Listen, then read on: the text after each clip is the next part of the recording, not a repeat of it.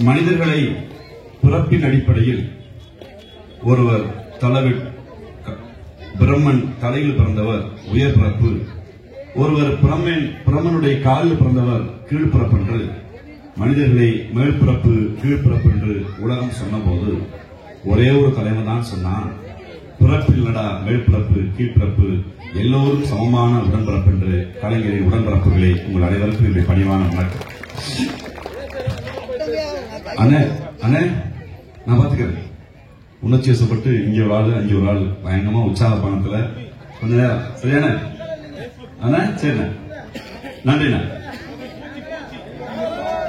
சரிண்ணா சரிண்ணா சரிண்ணா சரிண்ணா சரிண்ணா. கழக அரசுடைய சாதனைகளை பட்டி தொட்டியெல்லாம் பரப்புகிற முகமாய் இந்த கூட்டத்தை அண்ணன் தளபதி முருகேசன் அவர்கள் ஏற்பாடு செய்திருக்கிறார். பெண்கள் பெரும்பாலான மக்கள் வந்திருக்கீங்க. எனக்கு முன்பாக பேசுகிற அந்த சந்திரசேகர் நினைக்கிறேன், அவங்க கூட சொல்லுகிற போது 1000 ரூபாய் முதல்வர் கொடுத்தார் என்று சொல்லிக் கொண்டே இருந்தார். இதை மகளிருக்கான ஆட்சி, இது மகளிருடைய மாண்பை காக்கிற ஆட்சின்னு எல்லாரும் சொல்லுவாங்க. அது ஏன் தெரியுமா? ஏன் தெரியுமா? மேடையில ஒன்றியத்துறை சேர்மன் உட்கார்ந்துருக்காங்க, உங்களுடைய பிரதிநிதியா அக்கா மேல உட்கார்ந்துருக்காங்க, வெள்ளை வேட்டி வெள்ளை சட்டையோட ஆண்கள் உட்கார்ந்துருக்காங்க. கடைசியில இந்த வேடிக்கை பாக்குறாங்க. இந்த கூட்டம் எத்தனை மணிக்கு முடிக்கணும், எப்ப முடியுங்கிற எண்ணம் எந்த ஆம்பளைக்கும் இருக்காது. அது எப்ப முடிஞ்சா என்ன, வீட்டுக்கு போனா தட்டு வரும், தட்டுல சோறு வரும், சோத்துல மதிய வச்ச புளிக்குழம்போ ரசமோ கருவாடோ ஆடோ மாடோ மீனோ கத்தரிக்காயோ முருங்கைக்காயோ வரும்.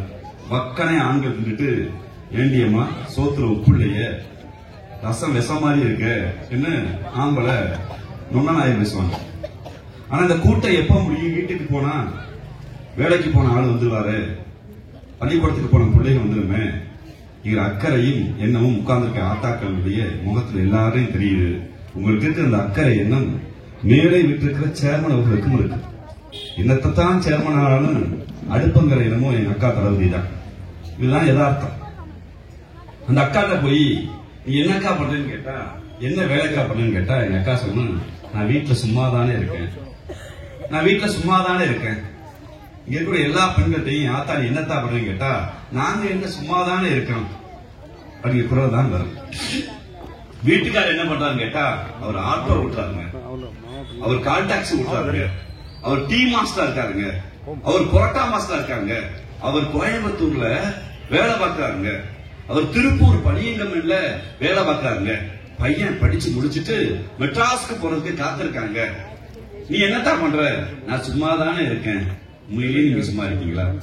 காலையில 4 மணிக்கு எந்திரிச்சு ராத்திரி சாப்பிட போட்ட 10 பாத்திரத்தை தேய்ச்சி போட்டுட்டு வீடு கூட்டி பெருக்கி முத்தமிட்டு, திருவிழாவா இருந்தா அந்த இடுப்பு சதத்தை, அந்த இடுப்பு ஒடிய ஒடிய வீடை கூட்டி சாணி வச்சு பூசி மெழுகி கொஞ்ச தூரம் நடந்து போய் ஆடு மாடு இருந்தா பாலை பிச்சு அந்த, இல்லைன்னா கடைகணிக்கு போய் ஒரு பாக்கெட் பாலை வாங்கியாந்து அதை காப்பி தண்ணியோ டீ தண்ணியை போட்டு ஒரு வாயை தன்னை வாயை வச்சுட்டு அத்தா என் அம்மா என் அக்கா, அடுத்த வாயை ஆம்பளை எழுப்பி இந்தா சாமி ஒரு டீயை குடி ஒரு காப்பியை குடின்னு எழுப்பி விடுவா.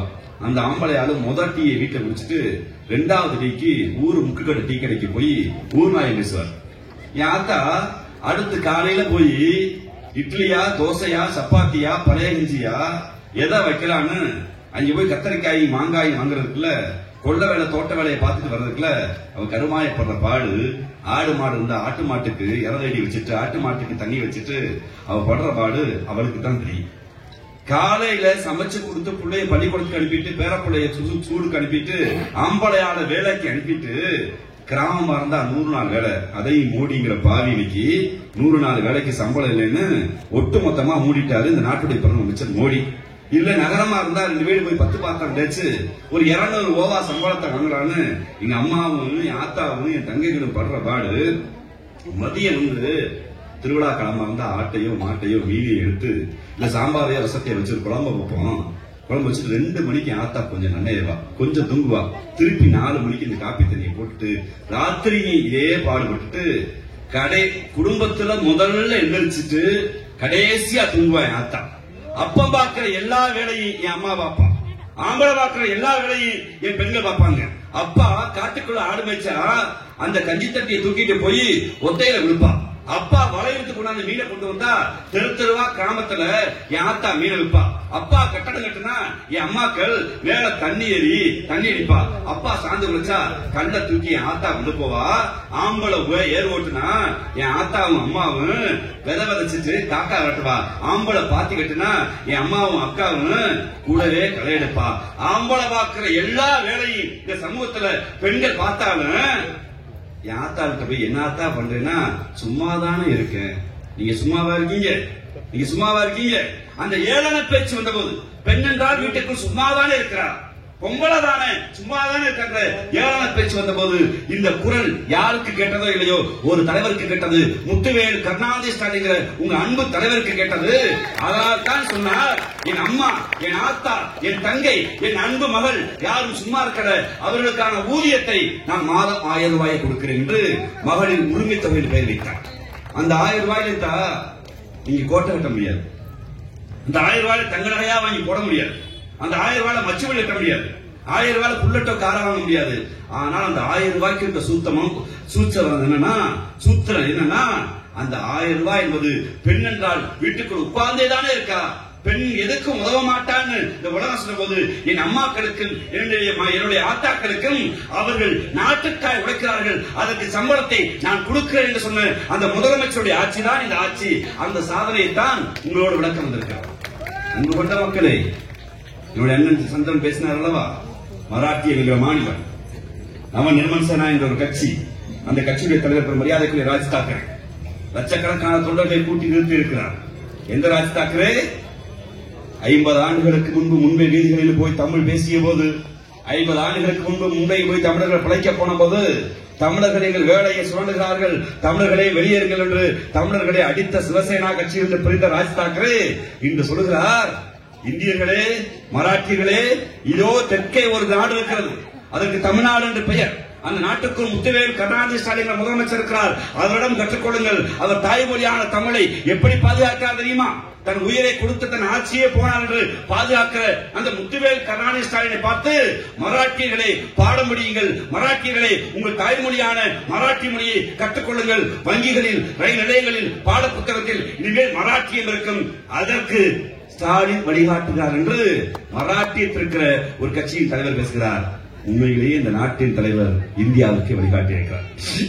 இன்னைக்கு ஒரு கட்சி கூட்டணி பெறுவதற்கு பெருமரியாதைக்குரிய எடப்பாடி பழனிசாமி அவர்கள் கொங்கு வட்டாரத்திலே, குறிப்பாக பாஜக கூட்டணியிலே தான் சார்ந்திருக்கிற கொங்கு வேளாள கவுண்டர் சமூகத்தில் அண்ணாமலைக்கு பழனிசாமிக்கு யாரு போட்டிங்கிற போட்டி சண்டையில கடைசியில் போய் கட்டுன கோவணத்தையும் கலட்டி விட்டுட்டு பிறகு அண்ணாவின் படத்தை எடுத்து வைத்து அமித்ஷாவின் படத்தை ஒட்டி கூட்டணியை ஒப்பந்த முடிவு இறுதி செய்திருக்கிறார். அவர்கள் தேதி குறித்துக் கொள்ளட்டும். நாங்கள் எங்களுக்கும் தளபதிகளை வளர்த்து வைத்திருக்கிறோம். சூலூர் என்கிற கோட்டை மட்டுமல்ல, கொங்கு நாடே எங்கள் பக்கம்தான் வந்து நிற்கும் என்பதை எடப்பாடி பழனிசாமி கவனம் வைத்துக் கொள்ள வேண்டும். அன்பு கொண்ட மக்களே, இந்தியா வளர்ந்திருக்கிறதாக சொல்லப்படுகிறது, இந்தியா வளர்ந்ததாக சொல்லப்பட்டிருக்கிறது. இந்தியாவில் பிரதமர் நரேந்திர மோடி அவர்கள் எதிர்ப்பதற்கு எந்த மாநிலத்திலும் யாருக்கும் தம்மும் திராணியும் இல்லை. ஒருவேளை திராவிட முன்னேற்ற கழகம் சமரசம் செய்து கொண்டால் 5 மத்திய அமைச்சர்கள் வாங்கிக் கொள்ளலாம், எத்தனை ஆயிரம் கோடிகள் கொட்டி கொண்டு வரலாம். ஆனால் எங்கள் முதலமைச்சர் சொன்னார், எங்கள் மொழியை நீ நீசபாசை என்கிறாய், எங்கள் மொழியை வேண்டாம் என்கிறாய், உன்னை 2000 கோடி தேவையில்லை என்று தெம்போடும் தானியோடும் உங்கள் முதலமைச்சர் அன்பு தலைவர் முத்துவேல் கருணாநிதி ஸ்டாலின் இருக்கிறார். ஆனால் ஒரு மரியாதைக்குரிய இடத்துக்கு எடப்பாடி பழனிசாமி அவர்கள், ஐயா இந்த அண்ணாமலை போட்டு வீட்டுக்கு அனுப்பினா போதுங்கய்யா, நான் எத்தனை குட்டி கம்மோட போடுங்கய்யா நிற்கிறாரு. அடிமைகளுக்கும் ஆட்சியாளருக்கு வித்தியாசம் அதுதான். அடிமையாக பழனிசாமி இருக்கிறார், ஆட்சியாளராக உங்கள் அன்பு முதலமைச்சர் இருக்கிறார். அன்பு கொண்ட மக்களே, ஏன் நரேந்திர மோடி அவர்களை நாங்கள் விமர்சிக்கிறோம்? ஏன் நரேந்திர மோடி அவர்கள் கூடாது என்கிறோம்? எந்த ஊர்? காடாம்பாடி. என்னுடைய அண்ணன் மரியாதைக்கு தளபதி அவர்கள் சொன்னார், உட்கார்ந்து இருக்கிற போது நெசவாளர்கள் நிறைந்திருக்கிற பகுதி என்று. சூலூருக்கு ஒரு காலத்தில் டாலர் சிட்டி, சூலூருக்கு பக்கத்தில் இருக்கிற பல்லடம் என்கிற ஊரில் தொடங்கி திருப்பூர் வரை டாலர் சிட்டி என்கிற பெயர். அந்த நெசவாளர்கள் உயிரை வளர்த்த ஊர். ஆனால் நரேந்திர மோடி ஆட்சிக்கு வந்த பின்பு டாலர் சிட்டியான திருப்பூர் டல் சிட்டியாக மாறிவிட்டது. உங்கள் ஊர் சூலூர் எந்த வரலாறு தெரியுமா? 23ஆம் சோழன் கோயம்புத்தூருக்கு வந்தபோது வறுமை தாண்டவமாடிய சோழன் பார்த்தா எந்த ஊருக்கு எல்லாம் குளம் கட்டலாம் என்று விட்ட போது 2 ஊர் தான் சூடு. கோயம்புத்தூர் என்ற கோவன்புதூருக்குள் பெரிய ஊராக இருக்கிறது.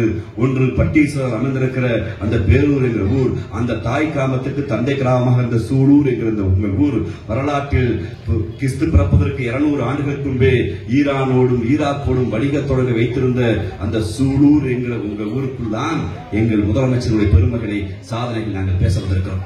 அப்படி என்ன சாதனை செய்திருக்கிறார்? மகளிருக்கான ஆட்சி, இலவசம் எல்லாம் எந்த அரசும் செய்யும். எந்த மாட்டுக்கட்டு இல்ல. எரிகிற விளக்கு, ஓடுகிற பேருந்து, குடிக்கிற குடிநீர், அதெல்லாம் எல்லா அரசும் செய்யும். இந்த மாட்டு கருத்தம் இல்ல. ஆனால் நம்முடைய அடையாளத்தை மீட்பதற்கு, நம்முடைய தன்மானத்தை மீட்பதற்கு, நம்முடைய விளிம்புநிலை மக்களுடைய சுயமரியாதை மீட்பதற்கு ஒரு அரசு இருக்கிறது என்றால் அது திராவிட முன்னேற்ற கழகத்தின் இந்த அரசு தான். அன்புகொண்ட மக்களே, இந்தியா என்றால் ஏதோ இந்தி பேசுவதற்கு மட்டும் சொந்தமான நாடு என்று இந்த நாட்டுடைய பிரதம அமைச்சர் நரேந்திர மோடி பேசுகிற போது, நரேந்திர மோடி அவர்கள் இந்தியர்கள் என்றால் இந்தி பேசுகிறவர்கள் மட்டும்தான் முதல் தர குடிமக்கள், மற்ற தெலுங்கு பேசுகிற, கன்னடம் பேசுகிற, மலையாளம் பேசுகிற, நம்ம அன்னை மொழியான தாய்மொழியான தமிழ் பேசுகிற நம்ம எல்லாம் 2ஆம் தர குடிமக்கள் நினைக்கிற போது எல்லா மாநிலத்துக்காரன் அமைதியாக இருந்தாங்க. எல்லாரும் ஆமா சாமி, ஆமா சாமி, நீ கொடுக்க 2000 கோடி ரூபா போதும் சாமி, எங்க மொழி எந்த மொழியா இருந்தா என்ன, எங்க தாய்மொழி கெட்டு போனா என்ன, எங்க சாமி கெட்டு போனா என்ன, நாங்க ஒரே கடவுளை கும்பிட்டுக்கிறோம், எங்களுக்கு பரவாயில்ல சாமி, நீ சொல்றதை கேட்டுக்கிறோன்னு நரேந்திர மோடி கேட்டாங்க. ஆனால் உங்கள் முதலமைச்சர் அப்படி இருக்கவில்லை. எங்கள் மீது ஹிந்தியை திணிக்காது. நாங்கள் அல்லாவே வணங்குகிற ராவத்திடம் இருக்கிறோம். மாரியம்மாவோட வரம் கேட்டு விட்டு என் ஆத்தா பூவாத்தா போய் வணங்குற போது மாறி வரம் கொடுக்கல என்றால் கொஞ்ச நாள் வேளாங்கண்ணிக்கு போய் ஒரு மெழுகுவர்த்தியை பத்த வைத்து, ஆத்தா மாறி உங்க அன்னை மேரியை போய் பார்த்துட்டு வர்றேன், எனக்கு மாரியும் ஒண்ணுதான் மேரியும் ஒண்ணுதான், போற வழியில நாகூர் தர்காவுக்கு போய் ஒரு பத்தியை பத்த வைப்பேன், எனக்கு இயேசு ஒன்றுதான், அல்லாஹ் ஒன்றுதான், என் மாரியும் ஒன்றுதான் என்கிற சமதர்மத்தை விரும்புகிற தமிழ்நாட்டுடைய மக்கள் வாழுகிற இந்த நிலத்தில் ஒரே கடவுள், ஒரே மொழி, ஒரே உணவு என்கிற ஒரு எதேச்ச அதிகாரத்தை நரேந்திர மோடி அவர்கள் பேசுகிற போது உங்கள் முதலமைச்சர் சொன்னார், உங்களுடைய எங்கள் அன்பு தலைவர் சொன்னார், மொழி என்பது எங்களுக்கு வழி போடும், அது வழிகாட்டுகிறது. உங்களுக்கு தெரியுமா, என்னடங்காத இளைஞர்கள் நிற்கிறீர்கள், என்னடங்காத பெரியவர்கள் நீங்க நிற்கிறீர்கள். இங்க அப்பா அத்தா எத்தனை பேர் இருக்கீங்கல்ல, ஹிந்தி படிச்சா வேலை கிடைக்கு, ஹிந்தி படிச்சா வேலை கிடைக்கிறாங்கல்ல, உட்கார்ந்து இருக்க ஆத்தாக்கள்லாம் எல்லா சாதி சத்த எல்லா மொழியை பேசுகிற என் அண்ணன் சொல்வது போல் எல்லாரும் சேர்ந்து வாழ்றோம். எல்லாரும் சேர்ந்து வாழ்றோம்ல. இந்த கூட்டத்துல யாராவது ஒருத்தர் இல்ல, இங்க இருக்கிற எல்லாரும் சூலூர் எந்த ஊர்? 23ஆம் சோழன் ஆண்ட ஊர். தமிழ்நாட்டில் ஊர்களின் பெயரை பட்டியல் போட்டால் தொன்ம பண்பாடு கொண்ட பிரதான 10 ஊர்களில் சூலூர் உங்கள் ஊர் இடம்பெற்றிருக்கும். அவரோட தொன்ம வாய்ந்த ஊர் இந்த ஊர். அந்த ஊருக்கு தான் கேட்கிறேன், அந்த ஊருக்கு கேட்கிறேன். இங்க இருக்கிற யாராவது ஒருத்தர் எங்க தாத்தா காலேஜுக்கு போய் BA, MA, BSc, MBBS, BL வக்கீலா, டாக்டரா, இன்ஜினியரா, தாசில்தாரா இருக்காருன்னா யாராவது கை தூக்குங்க. எங்க தாத்தா பரவாயில்ல, குழந்தை தூக்குங்க, பரவாயில்ல, அதனாலதான் தாத்தா அண்ணன் எதிர்த்து பாருங்க, சும்மா பாருங்க, எத்தனை பேர் இருக்காங்க பாருங்க, எத்தனை பேர் இருக்காங்க, 100 பேரா, 50 பேரா? இந்த கூட்டத்துல எல்லாருக்கும் ஒரு சாதி இருக்கு. மேல உட்கார்ந்து இருக்க அண்ணன் இருகூர் சந்திரனுக்கும் சாதி இருக்கு, என் அண்ணன் தளபதிக்கும் சாதி இருக்கு, பேசுகிற ராஜீவ் காந்திக்கு சாதி இருக்கு, உட்கார்ந்து இருக்க ஆத்தாளுக்கு அம்பாளுக்கு ஒரு சாதி இருக்கு. இத்தனை சாதிசனம் ஒன்னா இருக்கும் போது 50 வருஷத்துக்கு முன்னாடி உங்க தாத்தா உங்க பாட்டி யாராவது டிகிரி முடிச்சிட்டாங்களான்னு கேட்டேன். எத்தனை பேர் கேட்டுக்கணும்? ஒருத்தர் இல்ல. ஏன்னா நம்ம ஊர்ல ஒரு பழக்க வழக்கம் இருக்கு. என்ன பழக்க வழக்கம்னா, ஒரு சாதிக்கு ஒரு தொழில் இருக்கு. அவர் பொங்கல கவுண்டர்னா விவசாயம் பார்ப்பார், அவர் தேவர்னா விவசாயம் பார்ப்பார், அவர் கோணார்னா ஆடு மாடு மேய்ப்பார், அவர் அருந்ததியர்னா தெருக்கூட்டுவார், அவர் முதலியார்னா நெசவு செய்வார், அவர் குயவர்னா பானை செய்வார், அவர் ஆசாரினா தச்சு வேலை வைப்பாரு, அவரு தேவேந்திர வேளாளர்னா விவசாயம் பார்ப்பாரு, அவர் மீனவர்னா வலை இழுப்பாரு, நாடார்னா பனை எழுவாரு. இந்த தொழிலை சொன்னா இந்த சாதிக்காரன் தான் இருந்துச்சு. அப்ப நாடு விடுதலை ஆகுது. நம்ம என்ன பண்ணோம்? இங்க இருக்கக்கூடிய சூலூர் என்ற ஊருக்குள்ள சுதந்திர போராட்டம் பண்ணோம். சூலூர் என்ற ஊர் வந்த போது சுதந்திர போராட்டம் பண்ணோம். அண்ணன் போன கூட்டத்தை சொன்னார், திமிர் வரியை வாங்கி ஊர் அண்ணன் ஊர் கண்ணம்பாளையம் என்ற ஊர் திமிருக்கு வரி போட்ட ஊர். அவர் சுதந்திர போராட்டத்தை போராடி இங்கிலாந்துக்காரனை வெளியே போ, ஆங்கிலேயனை வெளியே போ, என்னை ஆளாத, என் ஊர் சூலூர, என் ஊர் கோயம்புத்தூர, என் ஊர் இருகூர, என் ஊர் பீடம்பள்ளிய, என் ஊர் பல்லடத்தை இங்கிலாந்துக்காரன் ஆளாத, நீ அண்ணிய வெளியே போன்னு சொன்னான். அண்ணிய இங்கிலாந்துக்காரன் வெளியே போயிட்டான். கோயம்புத்தூர் கலெக்டரா இங்கிலாந்துக்காரர் இருந்தாரு, கோயம்புத்தூர் நீதிபதியா இங்கிலாந்துக்காரர் இருந்தாரு, கோயம்புத்தூர் போலீஸ்காரா இங்கிலாந்துக்காரர் இருந்தாரு, கோயம்புத்தூர் வக்கீலா இங்கிலாந்துக்காரர் இருந்தாரு. நம்ம எல்லாம் என்ன பண்ணோம்? நாடு சுதந்திரம் அடைய வேண்டும், அந்நியர்களை வெளியேறும் என்று நம் தாத்தா பாட்டிலாம் தெருவில் இறங்கி போராடினாங்க. இங்கிலாந்துக்காரன் வெளியே போயாச்சு. அப்ப அரசாங்க வேலை வந்துருச்சு. சூலூருக்கு இருக்கக்கூடிய கோயம்புத்தூருக்கு கலெக்டர் ஆபீஸ், திருப்பூருக்கு கலெக்டர் ஆபீஸ், இங்க இருக்கக்கூடிய போலீஸ்காரர், வக்கீல், டாக்டர், இன்ஜினியரா யார் வந்திருக்கணும்? யாரா வந்திருக்கணும்? நம்ம தான் வந்திருக்கணும். நம்ம தான் வந்திருக்கணும். நம்ம தான் வந்திருக்கணும். அப்ப உங்க தாத்தா பாட்டி படிச்சிருக்கலாம் கேட்டு அரசாங்க வேலைக்கு போனா என்ன வேணும்? படிச்சிருக்கணுமா இல்லையா? ஏன் நம்ம தாத்தா பாட்டி போல? ஏன்னா நம்மளுக்கு சாதி தொழில் இருக்கு. நம்மகிட்ட 500 ஆடு இருக்கு, 5 ஏக்கர் நிலம் இருக்கு, ஊருக்குள்ள பெரிய பேர் இருக்கு, பெரிய வீடுங்க, தோட்டத்துக்காரன் பேர் இருக்கு. ஆனா தோட்டத்துக்காரர் பெரியவர், தோட்டத்துக்காரர் கூடிய தாத்தா பாட்டி எல்லாம் போய் ஐயா அரசாங்க வேலை கூடனா என்னையா படிச்சிருக்கேன்னு கேட்டான். நான் 5ஆம் கிளாஸ் தாங்க போயிருக்கேன், நான் 3ஆம் கிளாஸ் போயிருக்கேன். 3ஆம் கிளாஸுக்கு 5ஆம் கிளாஸுக்கு கலெக்டர் வேலை கொடுக்க முடியாது, தாசில்தார் வேலை கொடுக்க முடியாது, வக்கீல் வேலை கொடுக்க முடியாது, இன்ஜினியர் வேலை கொடுக்க முடியாது, போய் பியூன் வேலையை பாருன்னு சொன்னான். அப்பதான் இந்தியாவில ஒரே ஒரு தலைவர் கேட்டார், தந்தை பெரியார் என்ற தலைவர் கேட்டார். ஆண்டாண்டு காலமா மாடு போல உழைக்கிறான், ஆண்டாண்டு காலமா கண்ணச்சல தொங்க தங்க உழைக்கிறான், கருப்பு தேகம் தேய உழைக்கிறான், இந்த நாட்டின் விடுதலைக்காக நாங்க போராடினா அரசாங்கத்துக்கு போய் வேலைக்கு போறதுக்கு எங்களுக்கு தகுதி இல்லையான்னு சொல்லி பள்ளிக்கூடத்துக்கு போய் காலேஜ் போய் படிக்கிறதுக்கு நான் எஸ்சி, நான் பிசி, நான் எம்பிசி, நான் எஸ்டின்னு ஒரு சாதி சான்றிதழ் கொடுத்து என் பிள்ளைகளை பள்ளிக்கூடத்துக்கு காலேஜுக்கு அனுப்புங்கிற கோரிக்கையை தந்தை பெரியாரும் பேரறிஞர் அண்ணாவும் முத்தமிழர் கலைஞருடைய தோழர்கள் உடன்பிறப்புகள் அன்னைக்கு வச்சாங்க. முறையா அரசியல் சட்டத்தை திருத்தி நம்ம பிள்ளைகள் தான் காலேஜ் போச்சு. இப்போ ஒரு கேள்வி கேட்கிறேன், தன்னை பேர் உட்கார்ந்துருக்கீங்களா? என் பேரன் பேத்தி எங்க வீட்டுல பள்ளிக்கூடத்தை முடிச்சுட்டு காலேஜுக்கு போயிட்டு இருக்காங்க, டிகிரி முடிச்சுட்டாங்கன்னு உங்க வீடுல இருந்தா கை தூக்குங்க. உங்க வீட்டுல கை தூக்குங்க, கூச்சப்படம் தூக்கணும். அண்ணன் கடைசியில யாரும் கூட கூச்சப்படம் கை தூக்குங்க. அத்தா உங்க வீட்டு டிகிரி காலேஜ் படிக்கல யாரு கை தூக்குங்க. ஆனா இப்ப பாருங்க, கூச்சப்படாம 50 பேர் தூக்கிருக்காங்க.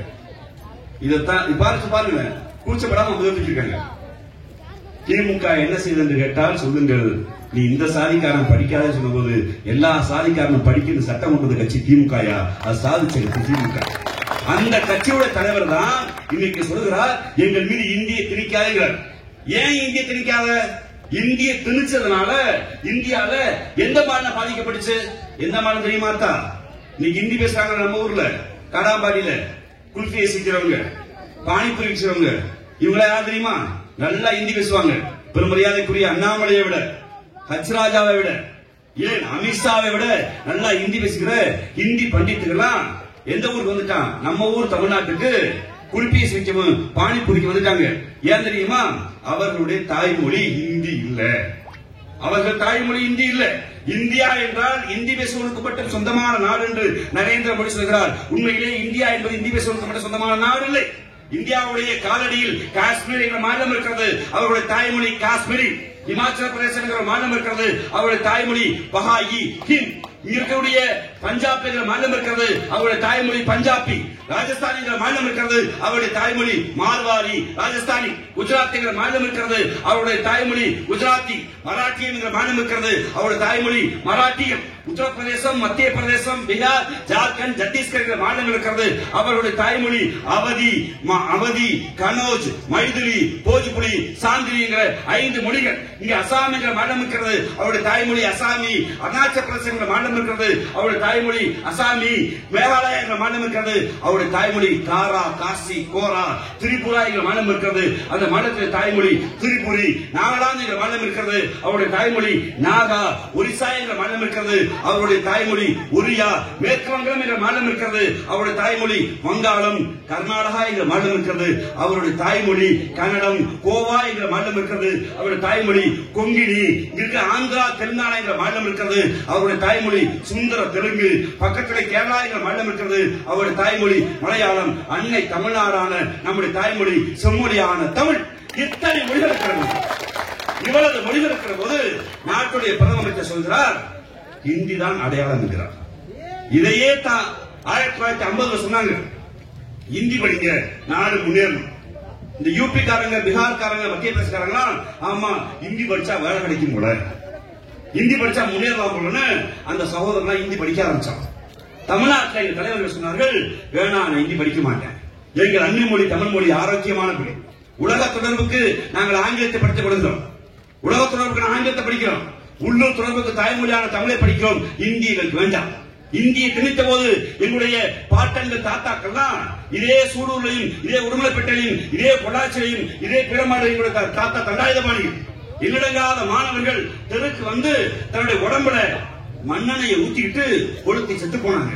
எதிர்க்கே ராணுவம் துப்பாக்கி கசித்த போது நெஞ்சை திறந்து தமிழ் வாழ்க, தமிழ் வாழ்க என்று சொன்னார்கள். அவர்கள் முழக்கமிட்டார்கள், இந்திக்கு தமிழ்நாட்டில் ஆதிக்கமாம், நீங்கள் எல்லோரும் வாருங்கள் நாட்டினரே, தமிழுக்கு தீமை வந்த வேண்டும், இந்த தேவம் இருந்த ஒரு லாபம் உண்டோ, விந்தை மொழி எங்கள் மொழி, அதை வீர தமிழ் மக்கள் ஆதி என்போம், இந்திக்கு சில நன்றிகளால் அந்த ஈழரை காரி உமிழ்த்திடுவோம், எப்பக்கம் வந்து புகுதுடும் இந்தி எத்தனை பட்டாளம் கூட்டி வரும், அற்பம் இந்திதனை அழித்தருவன் ஆதிக்கந்தனை மாங்குயில் கூவிடும் பூஞ்சோலை என்னை மாற்ற நினைக்கும் சிறைச்சாலை எங்க விடவும் தமிழ் தாய்தனை இவ்வுயிர் உடலை விட்டு நீங்க வரேன்னு நம்முடைய தாத்தங்கள் போராடினார்கள். அதனால் இந்தி தடுக்கப்பட்டுச்சு, இந்தி வராம போச்சு. இந்தி படிச்சா வேலை கிடைக்கும் சொல்றாங்கல்ல, இங்க உட்கார்ந்து அப்பாக்களுக்கு, தாத்தாக்களுக்கு, அம்மாக்களுக்கு உங்க பிள்ளைய நல்லா படிக்க ஆசைப்படுவீங்க. நம்ம தான் 5ஆம் கிளாஸ் படிச்சோம், நம்ம தான் எதுவுமே படிக்காத இருக்கோம், நம்ம பிள்ளை நல்லா படிக்க வைக்கன்னு சொன்னீங்கல்ல. படிச்சு முடிச்சுட்டு யாருக்காவது எல்லாருக்கும் என் பிள்ளை நல்லா கை நிறைய சம்பளம் வாங்கினா கோயம்புத்தூருக்கு அனுப்புவோங்க, இல்லைங்க பெங்களூருக்கு அனுப்புவோங்க, இல்ல மெட்ராஸ்க்கு அனுப்புவோங்க, இல்லையா அமெரிக்காவுக்கு போட்டுங்க, லண்டனுக்கு போட்டுங்க, சிங்கப்பூருக்கு போட்டுங்க, மலேசியாவுக்கு போட்டுங்க, துபாய்க்கு போட்டுன்னு நம்ம ஆசைப்படுறோம்ல. இங்க உட்கார்ந்து யாராவது ஒருத்தர் என் பிள்ளைய நல்லா ஹிந்தி படிக்க வச்சு உத்தரப்பிரதேசத்துக்கு, பீகாருக்கு ஆசை இருக்கா? யாருக்காவது இருக்கா? ஹிந்தி படிச்சா வேலை கிடைக்குன்னா ஏன் அப்பனா அத்தான அனுப்பல?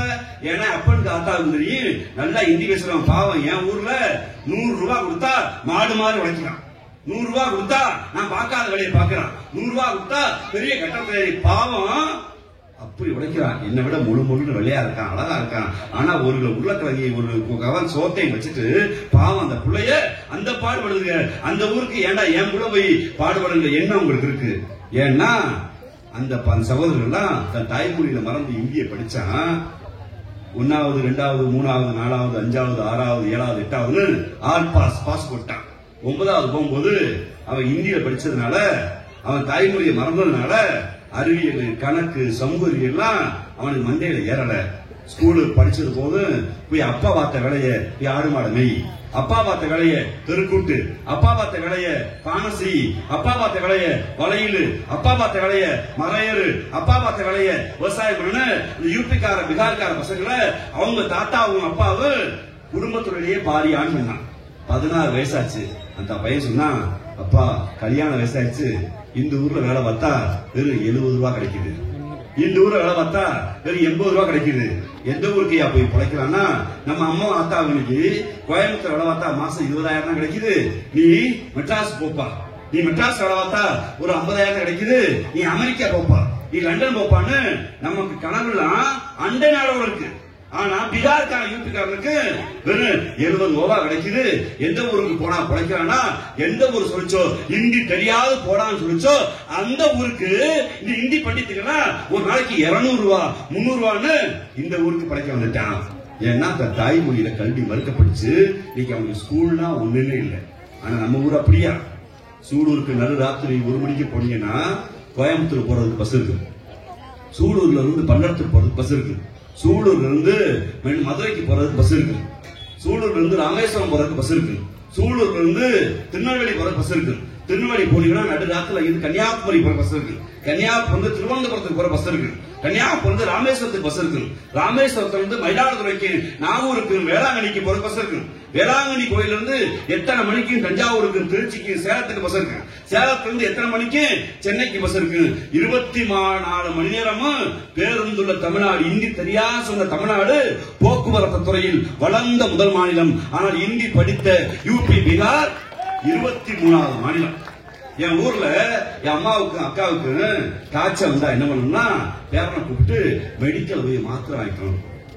மாத்திரை பேர் என்னப்பா, வெள்ளையா இருக்கு வாங்கிட்டு வான்னு சொல்லுங்க. நேர போய் மெடிக்கல் இருக்காருன்ட்டு இந்தப்பா அண்ணன் ஒரு தலைவலி என்ன காய்ச்சல்னா ஒரு பாராசிட்டமால் டோலோ 650 ஒண்ணு கொண்டாந்து கொடுத்துருவான்.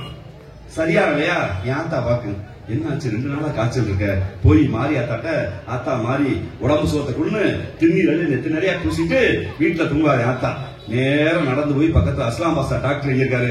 டாக்டர் உடம்பு நமச்சலா இருக்கு, குத்துது, கொடையுது, எரிச்சலா இருக்கு, ஒரு ஊசி போடு சாமின்னு ஊசியை போட்டுக்க. தெருமுழுக்க ஹாஸ்பிட்டல் இருக்கு, தெருமுழுக்க மெடிக்கல் இருக்கு. ஆனா நார்த் இந்தியா தெரியுமா, காய்ச்சல் வந்தா நீ மாட்டு முத்தத்தை குடிச்சுக்கிறான், மாணி மாட்டுச்சாணியை பூசிட்டேங்கிறான். என் ஆத்தாளுக்கு தெரியும், காய்ச்சல் வந்தா என் மாறிட்ட கும்பிடுவா, மேரிட்ட கும்பிடுவா, அல்லாட்ட வணங்குவா. ஆனா கூடவே போய் டாக்டர்கிட்ட ஊசி போடுவா.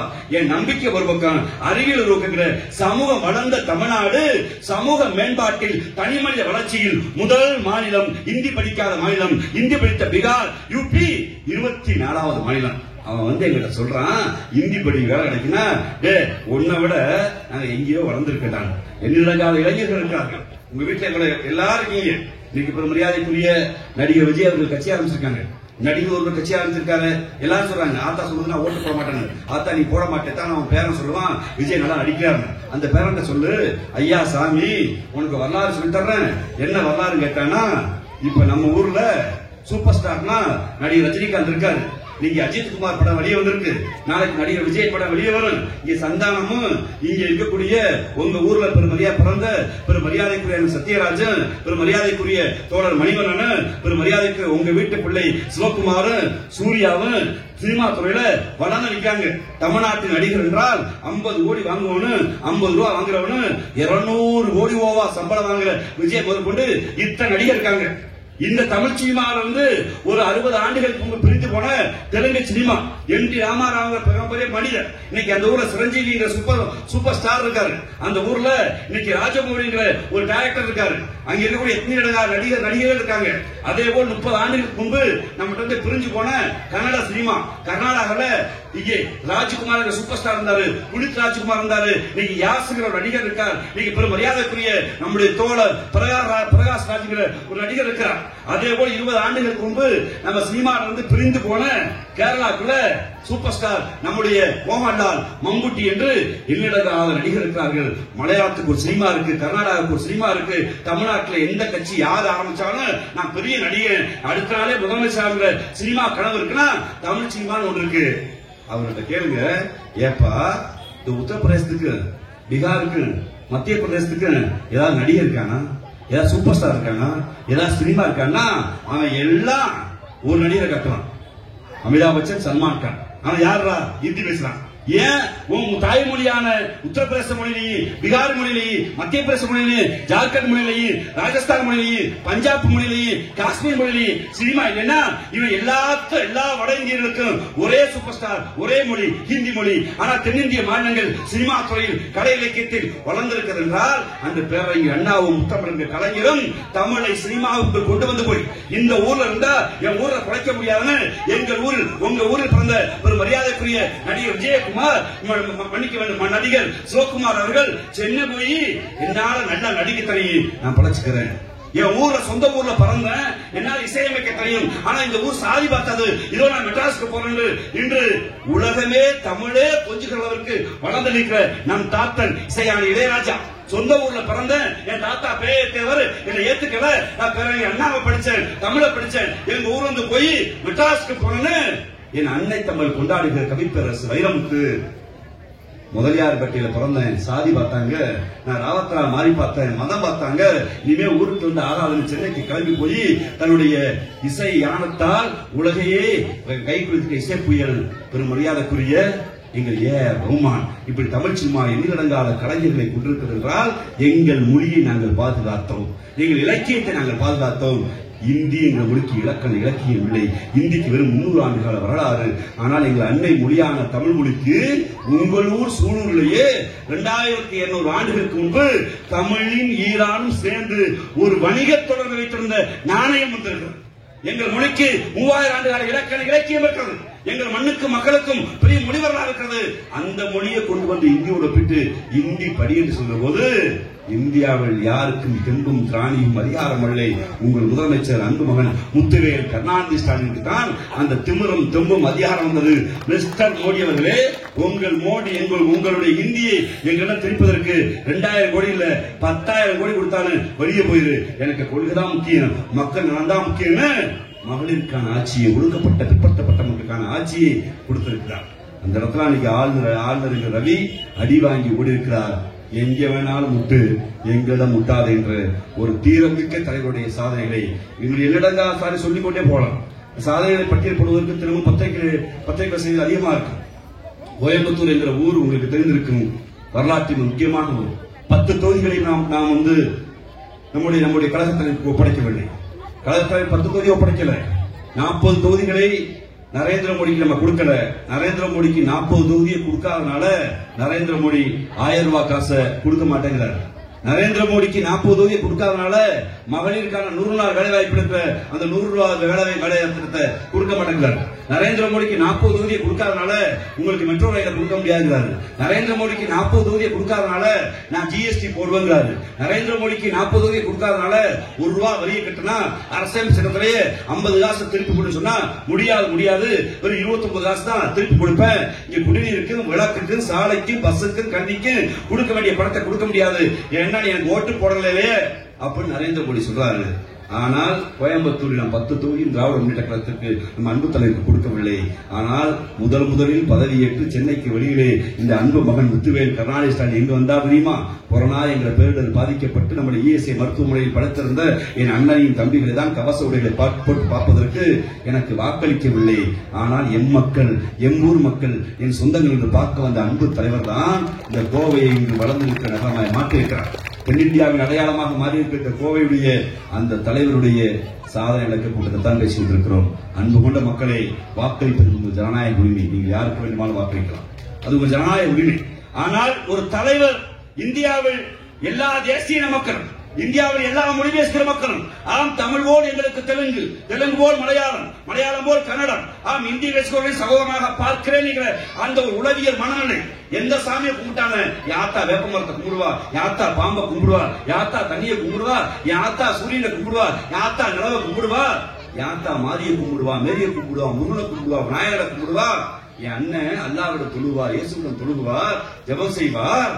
ஆனாலும் நாங்கள் தான் ஒரே மக்கள் என்கிற உணர்வை கொடுக்கிற அந்த கட்சி தான் திராவிட முன்னேற்ற கட்சி. ஆனால் நரேந்திர மோடி எப்படிப்பட்டது தெரியுமா? உங்களுக்கு தெரியுமா?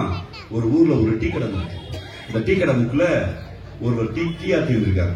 காலையில நல்ல பட்டையுமா வெள்ள சட்டையோட மிகப்பெரிய தேசபக்தர் டீ ஆத்திருக்காரு.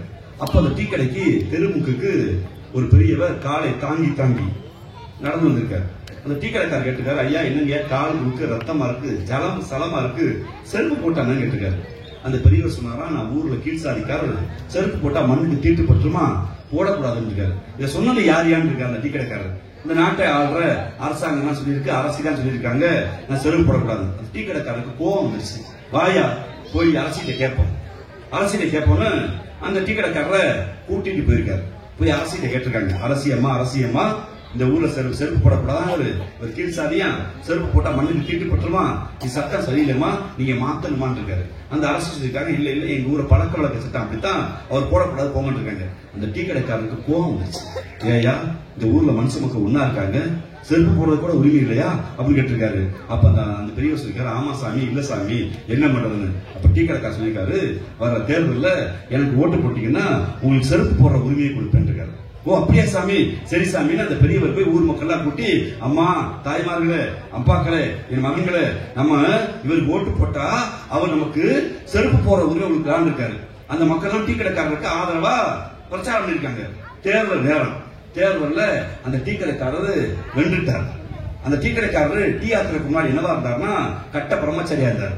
6 வருஷம் கட்ட கொண்டாட்டியோட குடும்பம் நடத்திட்டு பிரம்மச்சரிய வாழ்க்கை ஒத்துவல, எனக்கு இல்லற வாழ்க்கை ஒத்துவலன்னு பிரம்மச்சரியா வந்துட்டு டீ கடை நடத்திருக்காரு. அந்த டீ கடைக்காரரு நாட்டுடைய பிரதமரா மாறிட்டார். நரேந்திர மோடி வச்சுக்கோங்க. பிரதமர் ஆகிற முதல் நாள் மேடையில பேசுறாரு, அன்பு கொண்ட மக்களே, நான் கூட ஒரு வாக்குறுதி கொடுத்து யாவும் இருக்கிறதா? ஆமா சாமி யாவும் இருக்கு. என்ன வாக்குறுதி? நான் ஆட்சிக்கு வந்தா செருப்பு போற உரிமை கொடுத்தேன்னு சொல்லுகிறார். முதல் நாள் முதல் கையெழுத்து, இனிமேல் இந்த நாட்டுக்குள் எல்லோரும் செருப்பு போடலாம். நல்ல முடிவா கெட்ட முடிவா? நல்ல முடிவுதானே. செருப்பு போட உரிமை கொடுத்த சாமி சொல்றது, இனிமே செருப்பை நானே தச்சு கொடுக்கிறேன், இலவசமா கொடுக்கிறேன். எல்லா மக்களும் சாமி செருப்பு போட உரிமை கொடுத்த சாமி, செருப்பை தச்சு கொடுக்கிற சாமின்னு கையெழுத்து கொடுத்திருக்காங்க.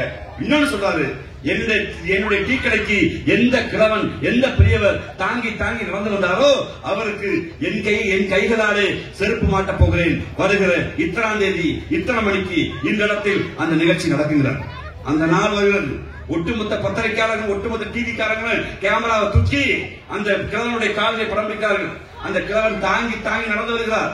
கண்ணை முழுக்க கருப்பு, கண்ணை சரியை தொங்கி தொங்கி, வெயில் முழுக்க உடம்பாய்ப்பட்டு கருத்து போன தேகம், கால் முழுக்க புண்ணு, நடந்து வருகிறார்.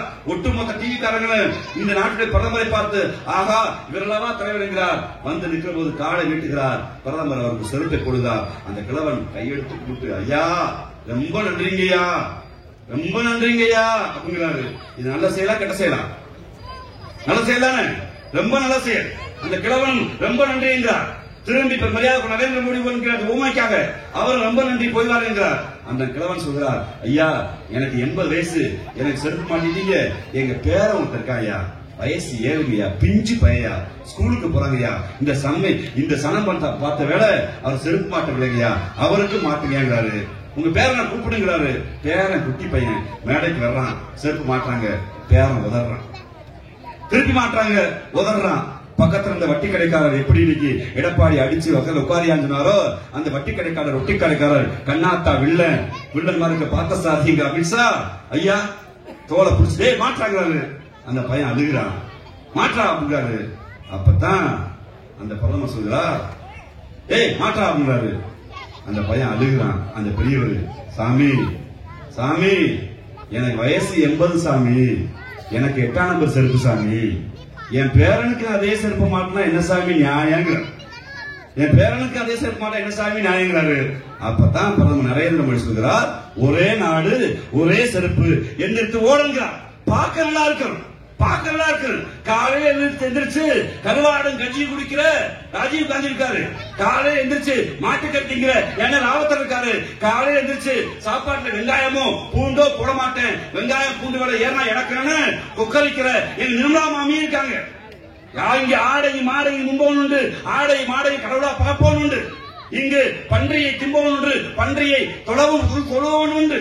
இங்கு மாட்டை தின்பவன் உண்டு, மாட்டை கடவுளாய் பார்ப்பவன் உண்டு. மீனை தின்பவன் உண்டு, மீன் இல்ல நான் வெஜிடேரியன் சொல்றவன் இருக்கான்.